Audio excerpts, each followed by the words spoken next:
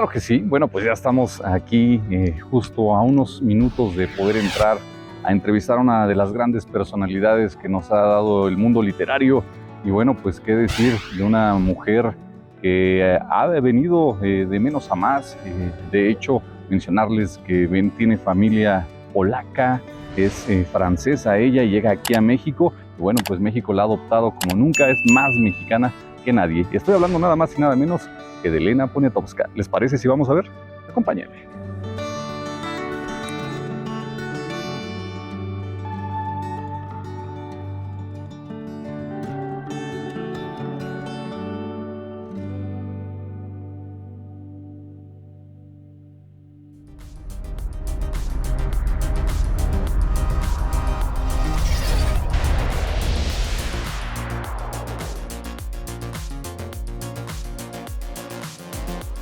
¿Qué tal, amigos de Vidas? Bueno, pues ya estamos en una edición más. Hoy de verdad que estamos muy felices porque nos recibe una personalidad, una escritora, periodista, activista. Bueno, no necesita presentación. Es una mujer de lucha que ha venido haciendo las cosas por muchos años de manera excelente. Estoy hablando nada más y nada menos que de Elena Poniatowska. Muchísimas gracias por recibirnos aquí en su casa. Gracias. Gracias a usted.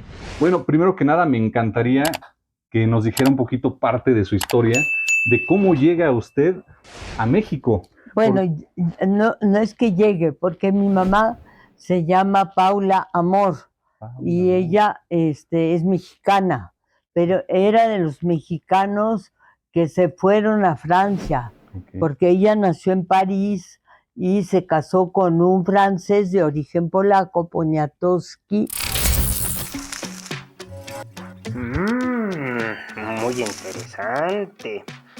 ¿Qué tal, amigos? ¿Cómo están? Bienvenidos a esta su sección de ¿Sabías qué? Pues antes de que siga Gerardo con la entrevista, ¿sabían que el padre de Elena Poniatowski pues tiene descendencia o hay ahí lazos familiares con Stanislao Poniatowski, quien fue rey de Polonia y gran duque de Lituania desde el 7 de septiembre de 1764 hasta el 25 de noviembre de 1795. ¿Cómo la ven? Hay sangre real aquí en esta familia. Sigamos con la entrevista con Elena Poniatowski y Gerardo Meléndez. Chau, chau. Y yo nací en París y a los 10 años, en 1942, mi mamá nos trajo a mi hermana Kitsia y a mí en un barco lleno de españoles que se llamaba el Marqués de Comillas. Llegamos creo que a Veracruz, pero no sé, sí, creo que sí. Y ya nos quedamos en México. Y bueno, yo fui a Estados Unidos unos 3 años o 4 a estudiar en un convento de monjas, pero en general hemos regresado a Francia alguna vez, pero en general donde he vivido toda mi vida ha sido aquí en México. Claro. ¿Y cómo era esa infancia? En ese momento les toca un momento complicado, pues donde está iniciando la Segunda Guerra Mundial. Tienen que, pues prácticamente exiliarse aquí en México. No, exiliarse no, porque le acabo de decir que mi mamá era mexicana, pero sí ella decidió traernos, pero mi mamá fue soldado, o soldada, o no sé cómo se dice. Ella manejó una ambulancia hasta 1942 en la Segunda Guerra Mundial. Mi padre se quedó, no lo recuperamos, sino como hasta 1945, 44. Alguna vez vino, porque él atravesó los Pirineos y para llegar a España, y ahí se unió con las fuerzas del general de Gaulle, que estaba en África, en Argelia, y entonces de allí ya él hizo toda la Segunda Guerra Mundial. Bueno, acabó en un campo de concentración, entrando horrorizado a un campo de concentración que se llama Auschwitz. Claro, muy famoso. Sí, muy terrible. Y ya después, pues ya lo dieron de alta en el ejército y ya pudo venir a México. Me Y, imagino, y perdón no- que la interrumpa ahí, me imagino que estaba muy pequeña en ese entonces, pero ¿recuerda esa separación, ese sí, sí, extrañarla? yo recuerdo que en todos los noticieros buscaba yo a mi papá, veía yo un soldado con su casco arrastrarse en el lodo y todo, y pensaba, ojalá y no sea mi papá. Y luego además mi hermana y yo acostumbrábamos subir a la azotea para estar más cerca del cielo Mm, y rezar por mi papá, de que wow, no lo fueran a matar. claro. Ajá. Cuando pasa eso y él ya está de regreso, ¿cómo fue ese? No, él ya después ya vino Ajá. y íbamos a regresar a Francia, pero él le gustó México, decidió fundar aquí un laboratorio, Mm, laboratorios internacionales, le puso de medicamentos y entonces ya se quedó aquí. Este laboratorio fracasó porque mi papá no era un hombre de negocios, no sabía, claro, pero ya aquí nació mi hermano a quien yo le llevaba, yo hubiera podido ser su mamá, ok, le llevaba más de 20 años. ok. Y aparte, ahorita que estamos justo hablando de No, sus, bueno, le iba a 15, bueno. ok. ¿Qué? Justo ahorita que está hablando de su señor padre, es una historia también bien curiosa y bien, pues buena de contar. El hecho, obviamente, de que su papá era polaco y usted tiene en su sangre, pues No, algo. era francés de origen polaco. Ok, El apellido era polaco, pero en 1740, porque Stanislao Poniatowski, exacto. amante de Catalina la Grande, fue rey de Polonia, pero después ya toda la familia Poniatowski, como otras familias aristócratas polacas, ya Ujú, se fueron a París, a Francia ok, perfecto. o algunos a Inglaterra. Ok. Ajá. Y ya estando aquí usted en México, pues obviamente el vivir una nueva etapa ya con su familia aquí en este país, ¿a qué jugaba Elena Poniatowska?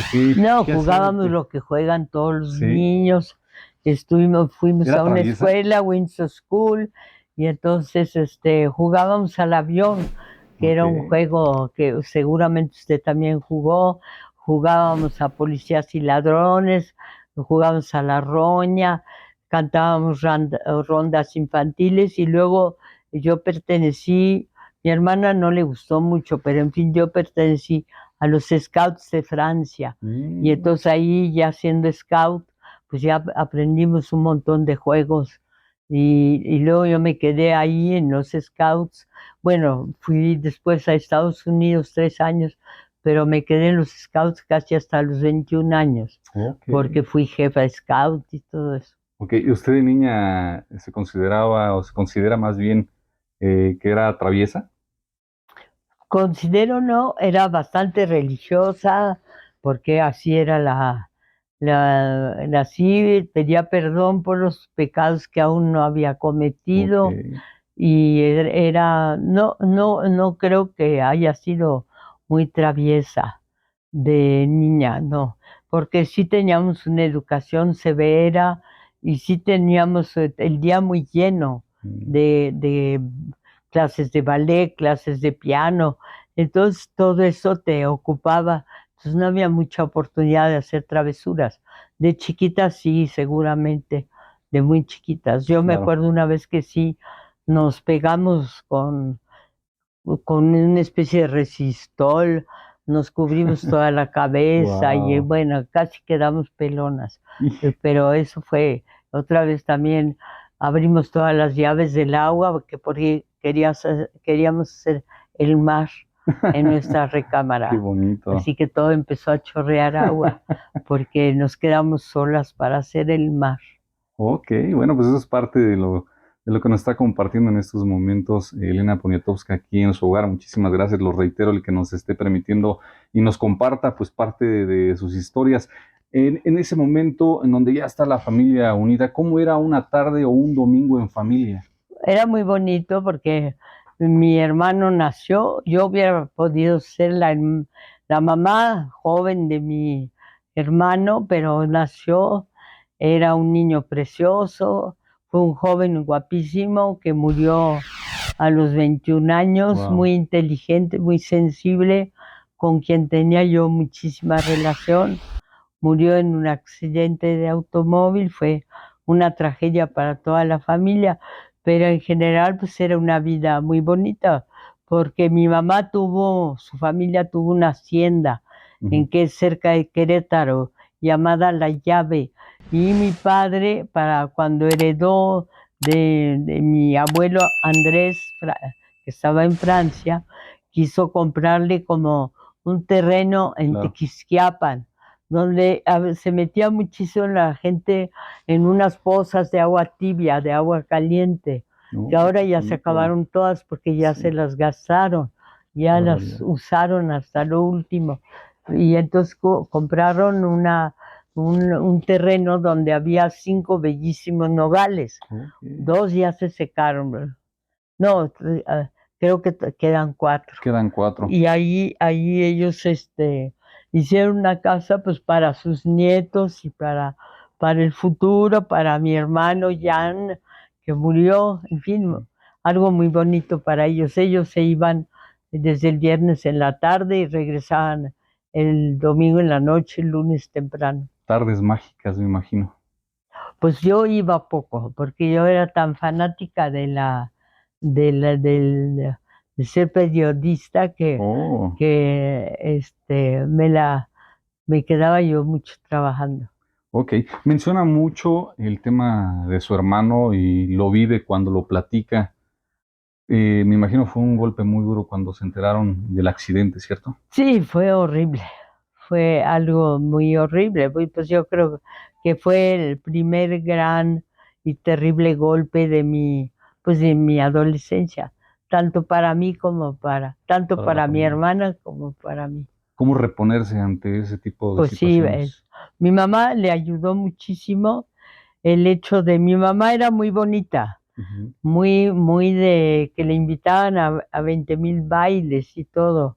Y cuando murió mi hermano, se volvió muy religiosa. Y ella, que finalmente era la más golpeada, porque pues nosotros, mi hermana y yo, teníamos la vida por delante, Claro. ¿no? Ella sobrevivió gracias a la religión.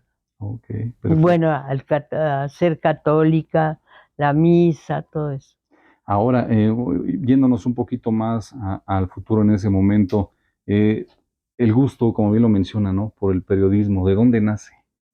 No nace de un día para otro. Yo,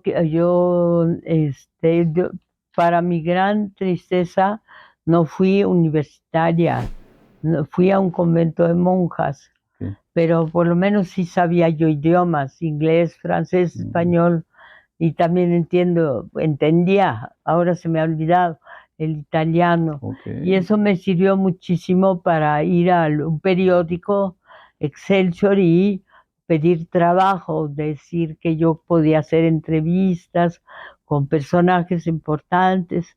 Entonces entrevisté a don Alfonso Reyes, a Diego Rivera, a David Lázaro Siqueiros, al doctor Atl, a Octavio Paz, a Dolores del Río, María Félix, que me levantó la ceja, que era linda, a Jorge Muy Negrete, guapa. que era un pan de buena gente, a Pedro Vargas, en fin, a todos los grandes personajes de esa época. Y todos ellos me recibían y me daban una entrevista, pues yo creo que les caía en gracia que llegara así una güerita y a usted le gustan las flores y a usted le gusta el chocolate. Pues yo preguntaba cualquier cosa porque no sabía, casi no había visto películas, era muy ignorante, pero sí fue muy aleccionador y además aprendí también a amar a mi papá. Bueno, es mi papá, mi país es mi Claro. papá y mi mamá. Aprendí a amar mucho a México porque entrevisté también a muchísima gente en la calle y le doy un consejo a usted. Si usted quiere escribir, salga de sí mismo y váyase a la cárcel, porque en la cárcel todos te quieren contar su prodigiosa vida de mentiras o su prodigiosa vida de verdades, quieren justificar por qué están ahí y lo único que esperan es un oído amigo que los escuche. Entonces, para mí la cárcel de Lecumberri, el Palacio Negro de Lecumberri, fue una escuela insuperable. Claro. Menciona ahorita que, bueno, pues grandes personalidades las que llegó a entrevistar en ese entonces cuando trabajaba en el periódico El Excelsior. ¿Recuerda usted alguna que haya sido complicada u otra que haya sido muy curiosa y llamativa? No, pero sí recuerdo el cariño con el que me trataban. Por ejemplo, entrevisté a Luis Buñuel, que se acostaba a las 7:30 como a esta hora, a las 7:30 de la noche, y entonces, porque se levantaba a las 6 de la mañana. Y recuerdo cómo lo quise y lo llevé a muchos lados.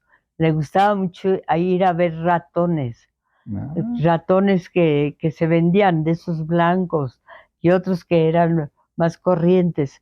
Estaban en grandes recipientes de vidrio, entonces todo el tiempo estábamos viendo los ratones.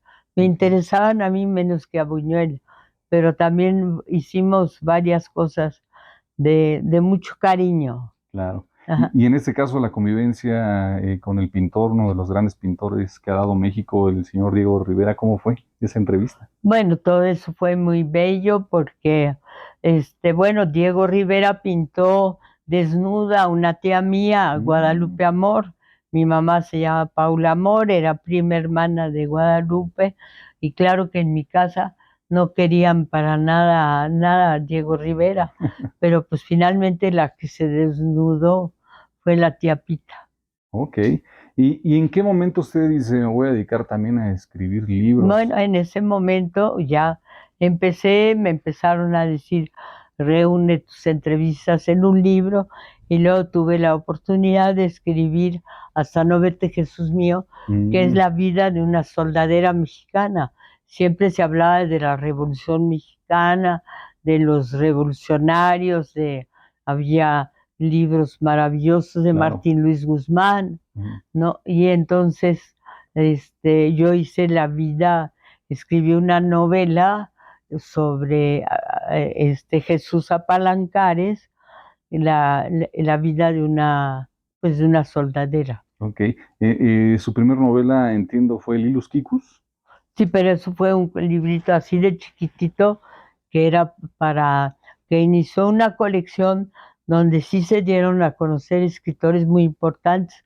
Ahí publicó Carlos Fuentes, y se llama, luego les digo el título, y José Emilio Pacheco, Carlos Monsiváis, todos publicaron en esa colección de Los Presentes. Y de hecho, esta novela también fue premiada, ¿cierto? Recibió reconocimientos.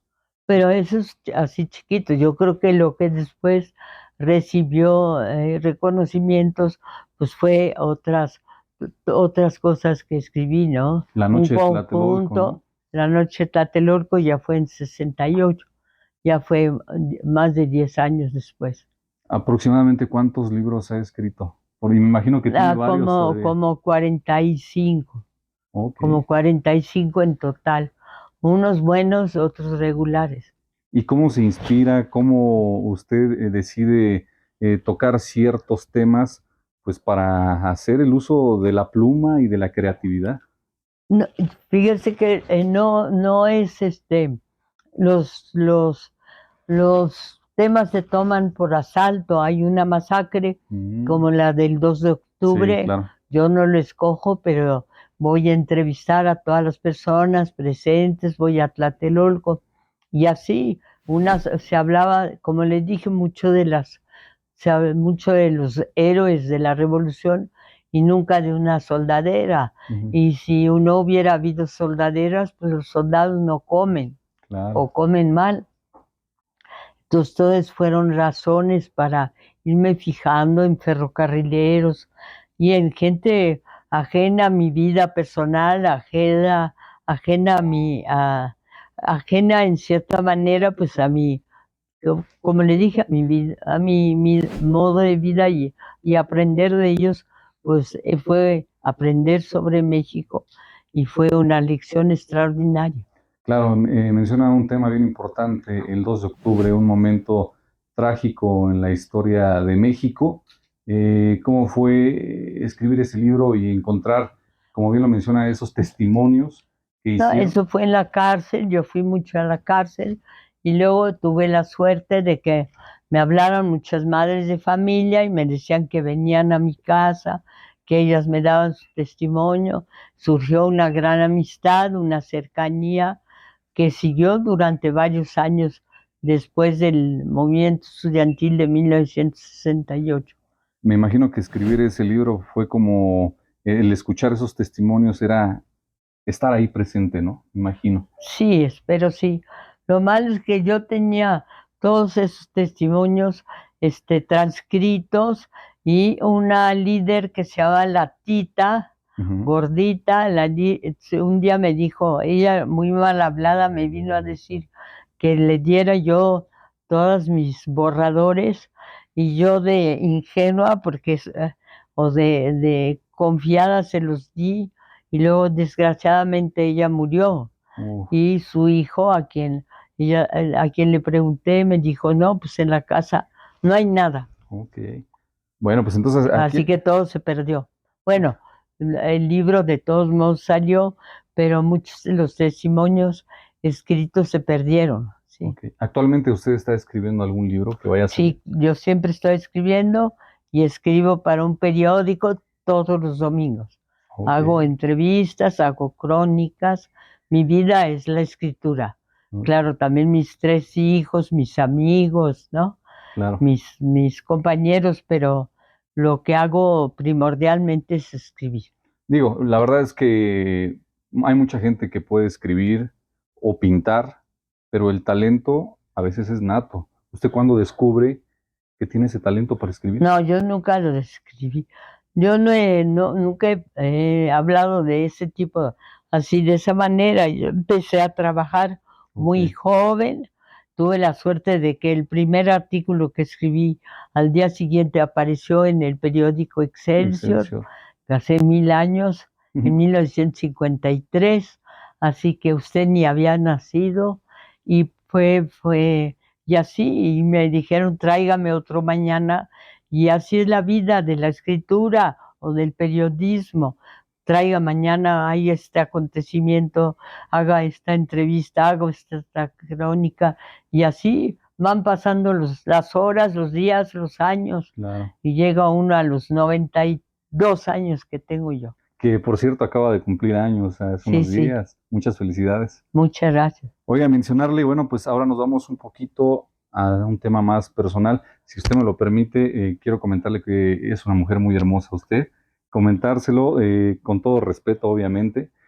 Platíquenos, pues, cómo llega también el amor a usted, porque... No, yo me casé con Guillermo Aro, Ujú, tuvimos 3 hijos, Emanuel, Felipe y exacto. Paula, la más joven, y él era, yo le decía, el estrellero, pero porque era un astrofísico Astrofísico. muy reconocido, que estuvo en Harvard, pero Ujú, él era un hombre que se hizo a sí mismo. ok.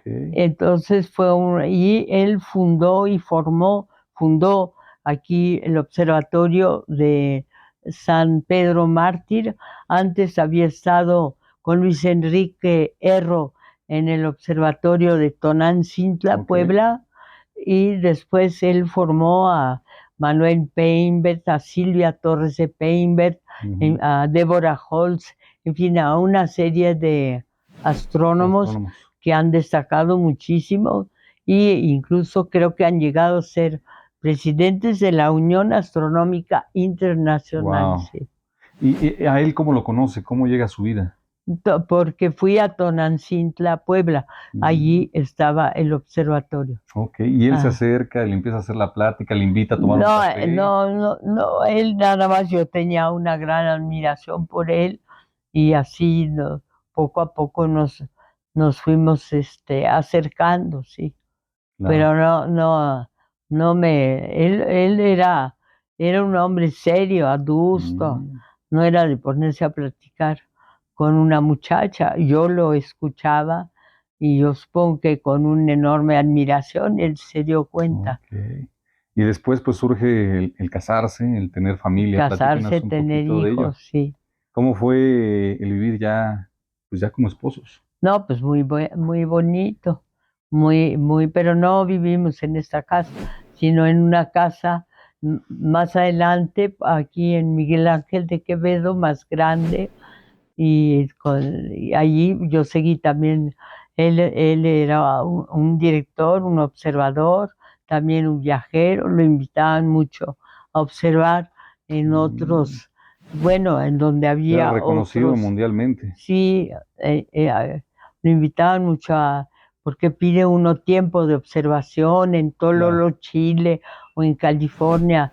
Y entonces mi esposo siguió haciendo su vida de investigador, de científico, descubrió unas estrellas azules y Wow. finalmente pues ya él escribía artículos que se publicaban en revistas científicas. Ok. Y luego, pues más tarde vienen los hijos, ¿no? Yo creo que de sus grandes tesoros que usted tiene.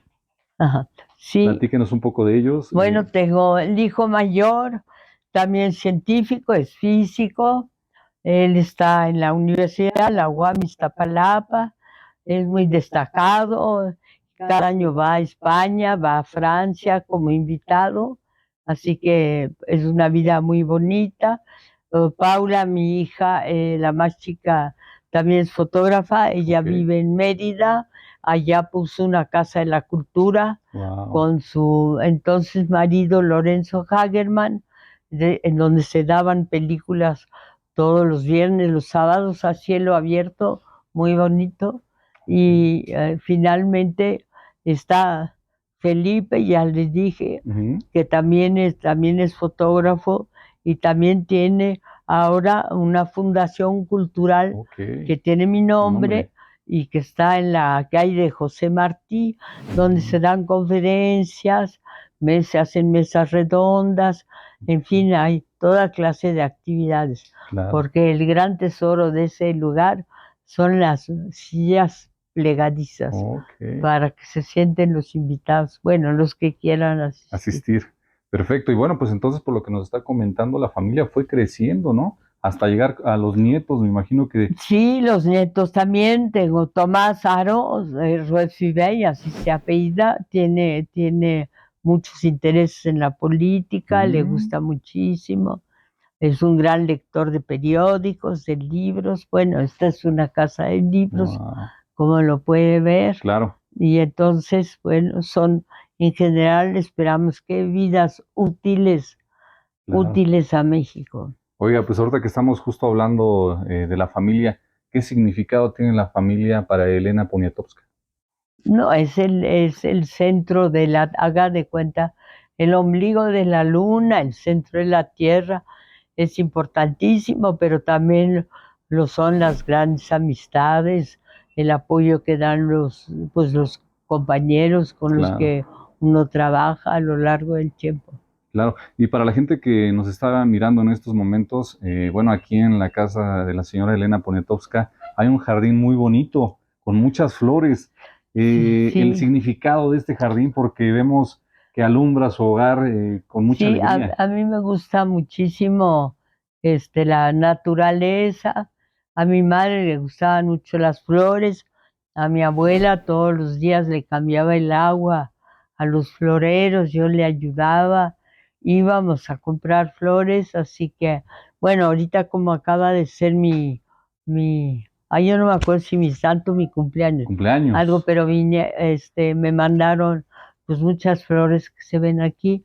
Así que siempre ha habido, siempre ha habido ese gran regalo de la Claro. naturaleza, que son los árboles, sobre todo las plantas y las flores. ¿Cómo la Y festejaron? vivo en un lugar, Ajá. Chimalistac, donde hay muchísimos árboles. ¿Cómo la festejaron aparte de las flores? Porque Pues imagino que ha de ser súper consentida, ya ¿no? con eso, ya eso fue el mayor regalo. Bueno, me hicieron un pastel de chocolate. Ah, qué delicia. Ok, y hablando en otros términos, pues cosas que nos gusta conocer a nosotros de las personalidades. ¿Cuál es su comida favorita? ¿Qué disfruta? ¿Mi qué? Su comida favorita. No, todo, ¿cómo? Eso sí, yo fui como una niña que nací en 32, así que conocí la guerra. Entonces a mí me enseñaron a comer de todo, a acabarme todo lo que hay en mi plato, Ok, y en ese sentido, pues eso me fue una bendición porque yo como todo. ok. Y como escritora, me imagino que también debe de seguir a otros escritores. ¿Qué lectura le gusta leer a Elena Poniatowska? ¿Qué autores? He leído a Gabriel Saída, Octavio Paz, fui compañera de José Emilio Pacheco, de Carlos Monsiváis.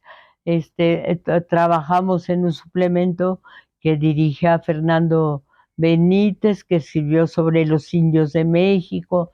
En fin, tuve la oportunidad de estar pues con los mejores escritores.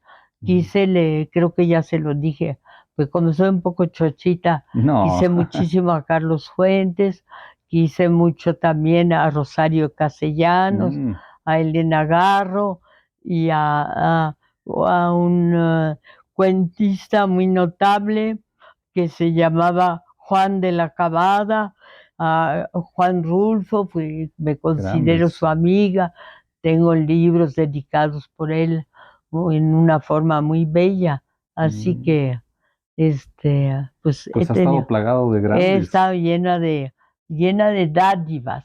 Del claro. cielo me han caído muchas dádivas. Exactamente. Y bueno, pues también el tema del arte está dentro de usted. Tenemos entendido que ha tomado clases de pintura, ¿cierto? No, ahorita, nunca, ahorita viene un maestro muy lindo los sábados, que es el maestro de Diego Lamas, Oh, el hijo de Marta Lamas, y él viene y entonces he empezado, y es muy sedante. ujú. Lo voy a recomendar a todo el mundo que tiene tendencia a que le patine un poco. Es muy Muy sedante, sedante. es muy bonito, es lento.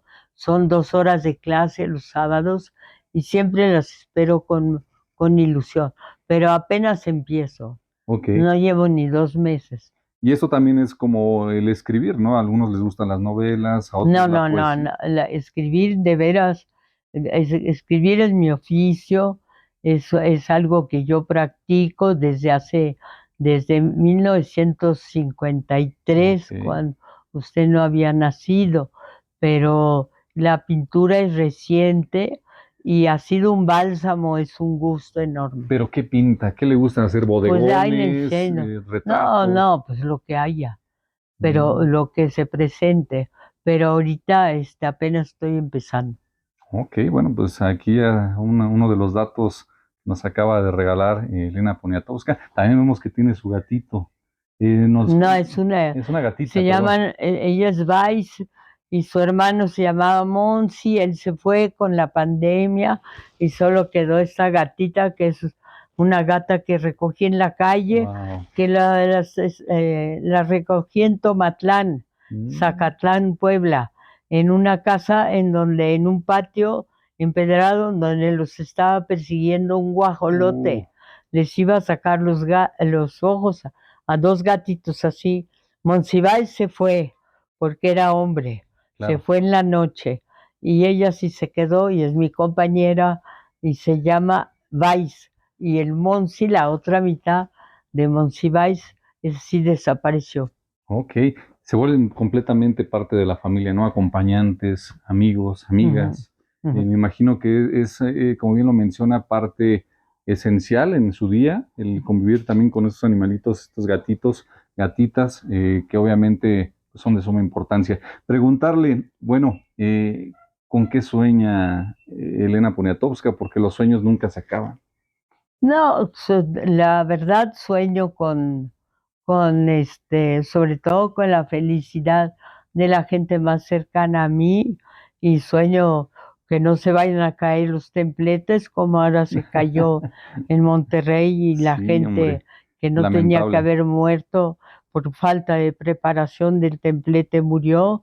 Todos esos acontecimientos son para mí acontecimientos en los que yo participo, que yo siento tremendamente. Son cosas en las que pienso y que desde luego contra las que me rebelo Claro. y me indigno. Claro, menciona ahorita también el tema del templete que obviamente va enfocado a las elecciones que estarán próximas. ¿Cómo vemos actualmente a México? ¿Dónde está parado México en tema de política?